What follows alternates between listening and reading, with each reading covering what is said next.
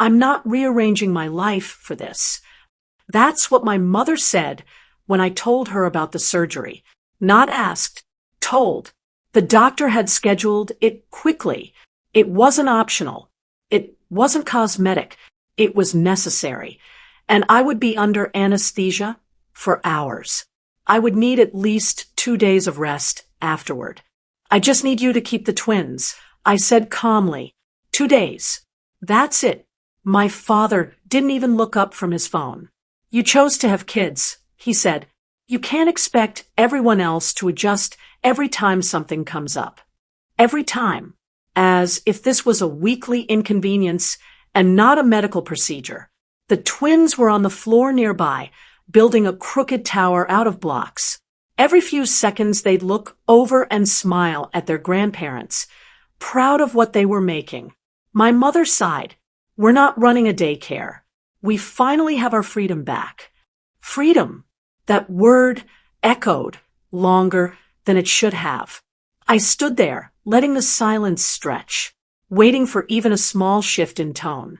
A compromise. Let's figure something out. Nothing came. Instead, my mother added, you need to learn to handle your responsibilities without assuming we'll step in. Assuming. I had driven them to appointments, managed their online bills, fixed their leaking sink, spent weekends helping them reorganize the garage. I had never called it stepping in. I called it family, but I didn't list any of that. I didn't argue. I didn't remind them that surgery isn't something you handle alone when you have 4-year-old twins who need breakfast at 7 a.m. sharp. I just nodded once. Okay, I said quietly. On the drive home, I felt something unexpected.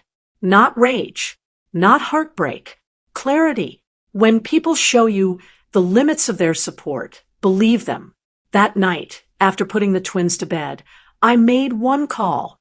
Grandpa answered on the second ring. I need surgery this week. I said, would you be able to keep the twins for 2 days? There was no pause. Of course, he replied. I'll come over the night before. No lecture. No commentary about responsibility. Just presence. The morning of the surgery, Grandpa was in my kitchen before sunrise, flipping pancakes shaped like stars. The twins were laughing. So hard syrup dripped onto the table. As I was leaving, he looked at me carefully. You focus on getting better, he said. The rest is handled. Handled.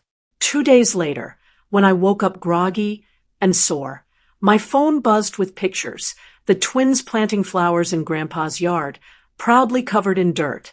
Another photo showed them asleep on his couch, tiny hands curled around stuffed animals. Underneath, a message. Family shows up. Recovery was slow, but peaceful. Meals appeared at my door. Grandpa stayed longer than 2 days without making it feel like a sacrifice. Meanwhile, my parents sent short texts. How did it go? Everything okay? No mention of keeping the twins. No acknowledgement of the refusal. I responded politely, briefly. Something inside me had shifted. I wasn't angry. I just stopped expecting. I updated emergency contacts, adjusted childcare plans, moved certain responsibilities off my automatic list. I stopped driving across town for small errands, stopped answering every late-night call about minor problems. Not out of revenge, out of recalibration.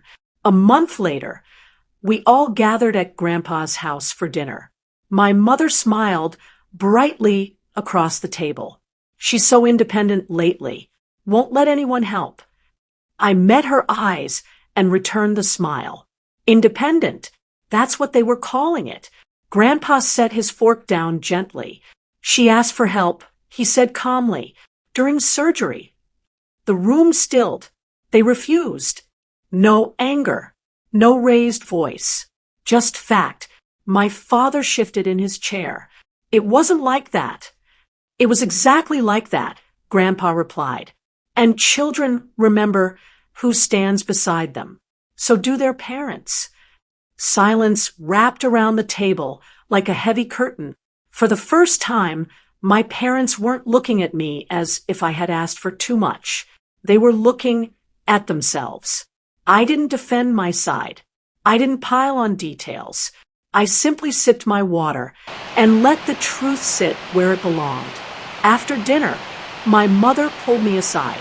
You could have explained how serious it was. I looked at her steadily.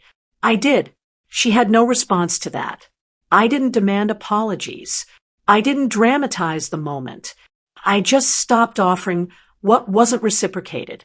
Because strength isn't proving you can survive without support. It's recognizing who actually provides it. They thought I was asking for a favor. They didn't realize I was offering them a chance.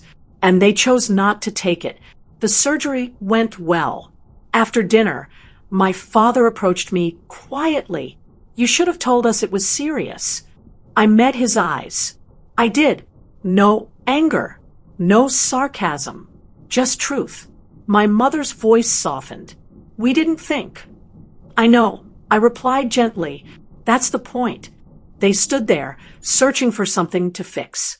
But some lessons aren't fixed. They're realized. I didn't cut them off. I didn't argue. I just adjusted my expectations. Permanently, they thought I needed help. What I really needed was clarity. Silence isn't weakness. It's memory. And now we all remembered. Recovery didn't. Not because of complications, but because recovery forces you to slow down. And when you slow down, you start noticing things you used to ignore. Grandpa stayed longer than 2 days. He didn't make a show of it. He didn't sigh or mention inconvenience. He packed lunches, braided tiny ponytails, learned which twin liked the blue cup and which one refused it. He never once said, "You owe me." Meanwhile, my parents sent short texts. "How are you feeling? Everything okay?" No mention of what happened. No acknowledgement of the refusal. Just polite distance, like we were co-workers instead of family. And something inside me shifted. I stopped over-explaining my life to them. Stopped volunteering to fix their Wi-Fi. Stopped rearranging my schedule for last-minute errands. Stopped assuming I would always be the reliable one. Not loudly, quietly. I updated emergency contacts, adjusted legal paperwork, made long-term childcare plans that didn't include automatic grandparents. Not revenge, alignment. Weeks passed. My parents started noticing. "You've been busy lately. You don't call as much. You seem different." I wasn't different. I was adjusted. Then came Grandpa's birthday dinner. Everyone gathered at his house. Cousins, aunts, noise filling the kitchen. My mother laughed across the table. "She's so independent now. Won't let anyone help." I smiled softly. Independent. That's what they were calling it. Grandpa put his fork down. "She asked for help," he said calmly. "During surgery." The room quieted. They refused. No anger. No accusation. Just truth placed gently in the center of the table. My father shifted. "That's not." "It is," Grandpa said evenly, "when it mattered." Silence stretched. For the first time, my parents weren't explaining me. They were explaining themselves. I didn't speak. I didn't need to. They were still talking about independence. I had already learned who truly shows